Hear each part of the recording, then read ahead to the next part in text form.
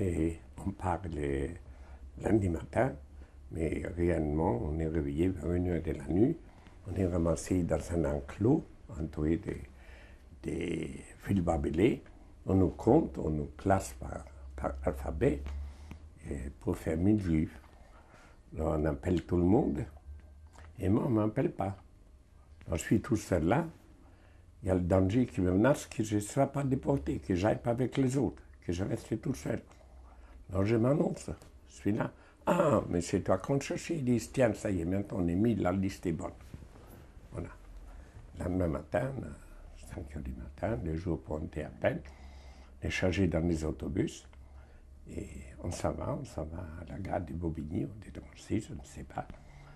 Alors en route, lundi matin, on va aux ouvriers français de l'époque en vélo, avec la musette, avec le shopping, avec la gamelle, qu'on voit, tout ça.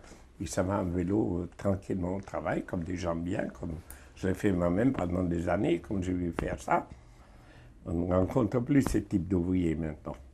On ne va pas en vélo, on n'a pas les pinces au pantalon, on n'a pas une ceinture large ici, enfin, c'était une tenue comme ça. Oui, et nous partons en déportation. Et dans ces autobus, il y avait des policiers? Il y avait beaucoup de policiers, il y avait 2-3 policiers français, des flics avec nous. Moi, je donne une lettre à un policier. Le policier me promet de l'envoyer. L'adresse est dessus. Il l'envoie avec un mot qu'il met, un mot de consolation. Il l'envoie à ma femme. La lettre arrive et je la retrouve à mon retour de déportation. Je retrouve cette lettre. Donc, vous montez dans le convoi? On monte dans le convoi. On est dans les wagons, je ne sais pas combien, on est très très serré. Seulement on ferme les wagons. Ils nous donnent une boule de pain avec un couteau.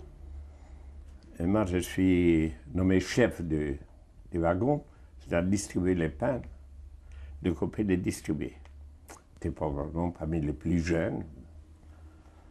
C'est comme ça. Et on est dans les trains, on est dans le wagon. On roule 2-3 jours, des nuits. On commence à souffrir des faim, des soif. On manque d'air. Les gens qui vont faire leurs besoins. Rien n'est prévu sur place. C'est toutes les femmes. C'était des wagons à bestiaux? Des wagons à bestiaux, oui. On est debout. On est debout, mais on essaye de s'asseoir. On arrive à s'asseoir. Chacun son tour. Tu me laisses une demi-heure, je te laisserai après. On arrive à s'asseoir. Les gens ne sont pas trop nerveux, il y a assez de calme dans les wagons. On roule. Et avant le départ, qu'est-ce qu'on vous avait donné comme destination? Une destination, non, pas de destination, on va à l'Est, on va en Allemagne. À l'Est. Les Allemands nous disent, vous arriverez dans des camps organisés et propres, pas comme ces cochons des Français.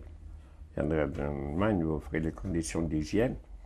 Vous verrez comme les Allemands, ils savent estimer le travail, comme ils savent récompenser le travail. Si vous travaillez, vous serez groupé par famille, vous vivrez avec votre famille, vous travaillerez. Vous serez tranquille. Et donc, dans votre wagon, il n'y avait pas d'angoisse, de panique? Non, pas trop. Il n'y avait pas de panique, il n'y avait pas d'angoisse, non, pas trop, non. Non, on tape dans le wagon, on demande de l'eau, on s'arrête des fois, il y a des gens qui se promènent tranquillement là, oui, qui prennent un train ou qui attendent un train. Ne faites pas attention à nous. De temps en temps, on entend un allemand qui dit « Ah, ce sont des juifs, laisse-les ». Dans les gares où le train s'arrête? Des fois, il s'arrête, surtout en dehors de la gare. Oui, au bout de la gare. On entend des gens qui se demandent qu'est-ce qui se passe, qui c'est, et d'autres qui répondent ce sont des juifs.